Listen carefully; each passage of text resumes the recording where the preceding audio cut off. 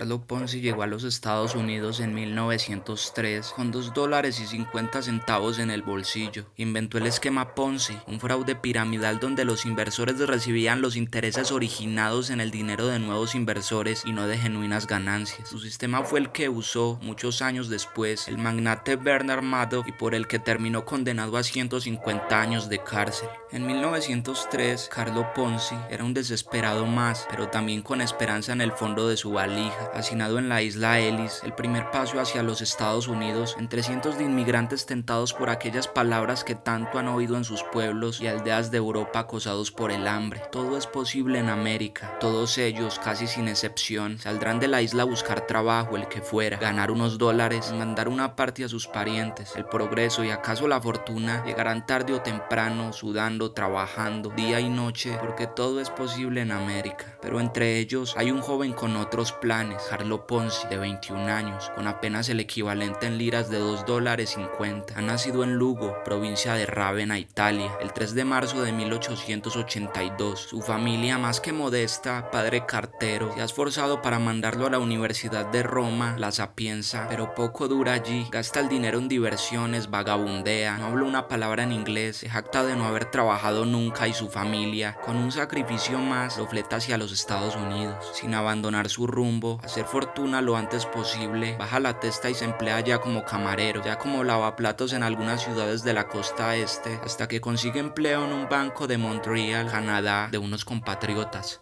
Primer traspié, en 1912 falsifica un cheque y lo condenan a 20 meses de cárcel, pero en la cárcel lo destinan a trabajar en la oficina interna de correo. Allí descubre el nuevo huevo de Colón, el negocio de los cupones postales, venderlos en dólares a inversionistas, convertir esos dólares en monedas depreciadas, la lira italiana por ejemplo, con ese dinero comprar cupones a menor precio, enviarlos a países de moneda más fuerte para cambiarlos por estampillas, cuyo valor era superior al del cupón original y convertirlas en dinero cash. En poco tiempo, el ambicioso joven de la isla Ellis atesoró, con esa diferencia, una pequeña fortuna y sobre esa base creó el colosal fraude que pasó a la historia negra de las finanzas como la pirámide Ponzi. Definición clásica: una operación que implica abonar a los viejos inversores los intereses obtenidos del dinero de nuevos inversores. Ejemplo: el inversionista le paga $1,000 al operador, que le promete pagar $100 por mes durante los próximos 12 meses. Si la operación fuera legítima,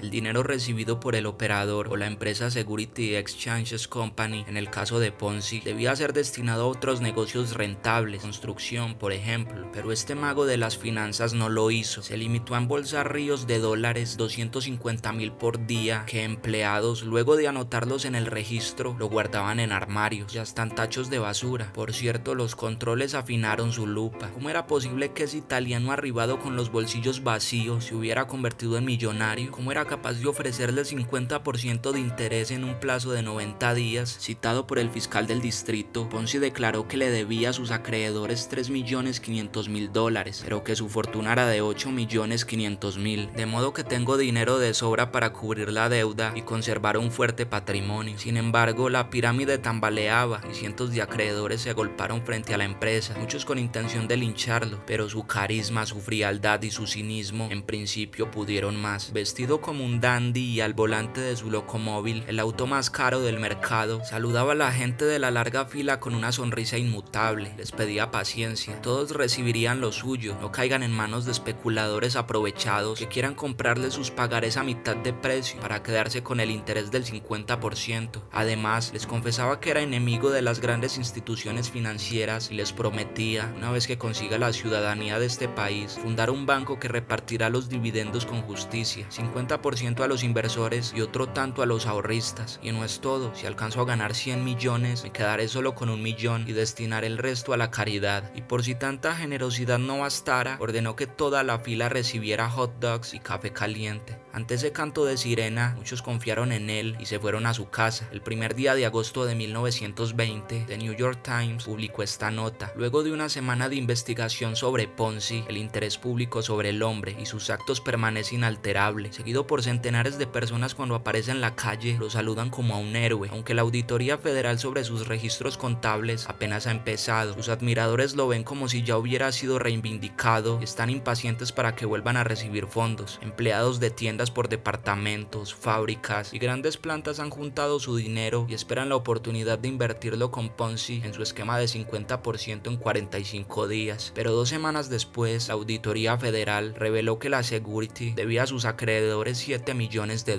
Recién entonces el mago confesó que no podía enfrentar esa deuda. Para entonces, unos 40.000 inversionistas habían puesto en las manos del estafador entre 15 y 20 millones de dólares, unos 250 millones de hoy según la inflación de los Estados Unidos. Los titulares hicieron su agosto, Ponzi condenado. Sin embargo, para él, la sangre no llegó al río. 5 años de cárcel en una prisión federal, de los que solo cumplió 3 y medio. Años en los que se dedicó cada Navidad a mandarles tarjetas a sus miles de acreedores. Cuando salga en libertad les devolveré cada centavo, y prometía, ajeno y figura, actuar en política. Ya libre, se refugió en Florida y puso en marcha una segunda edición de su pirámide, pero su pésima fama pudo más. Una segunda instancia judicial le agregó otros 9 años entre rejas. Antes escapó a Texas y decidió como última chance partir en un barco mercante. Se afeitó el bigote y la cabeza, pero lo atraparon y fue a parar a una prisión de Massachusetts hasta 1934. Al salir, un piquete de estafados quiso lincharlo, lo salvó la policía. Deportado a Italia, hizo el último intento de resucitar su pirámide, pero no tuvo eco. Se empleó en una línea aérea italiana que operaba en Brasil, y allí, en Río de Janeiro y en la miseria, murió en un hospital de caridad el 18 de enero de 1949. Tenía 66 años, pero su sombra retornó en 1960 bajo el nombre de Bernard Lawrence Madoff, neoyorquino, nacido en 1938, banquero, ex corredor de bolsa, asesor financiero y jefe de Nasdaq. Ese año fundó una firma de inversión, una de las más importantes de Wall Street. En diciembre de 2008 fue detenido por el FBI acusado de fraude. Usó la pirámide de Ponzi, aumentada hasta el infinito, y dejó un tendal de víctimas, las que le permitieron estafar 64.800 millones de dólares, la mayor ejecutada por una sola persona. El 29 de junio de 2009 fue sentenciado a 150 años de prisión, más el decomiso de 17.179 millones de dólares. Los cargos: fraude de valores, asesor de inversiones fraudulentas, fraude postal, fraude electrónico, lavado de dinero, falso testimonio, perjurio, fraude a la seguridad social y robo de un plan de beneficios para empleados. En una entrevista concedida a New York Magazine en el año 2010 declaró: "No me arrepiento por el daño causado, que se jodan mis víctimas. Eran avaros y estúpidos. Ojalá me hubieran atrapado hace 8 años. La cárcel es una liberación". Y esas fueron las palabras del mejor y el peor alumno de Carlo Ponzi. La primera versión de esta nota se publicó en mayo de 2019. Y dime, ¿cuál es tu opinión acerca de esta historia? No olvides dejármela saber acá abajo en los comentarios. También dejar tu like y suscribirte si te gustó el video. Sin más, me despido y hasta la próxima.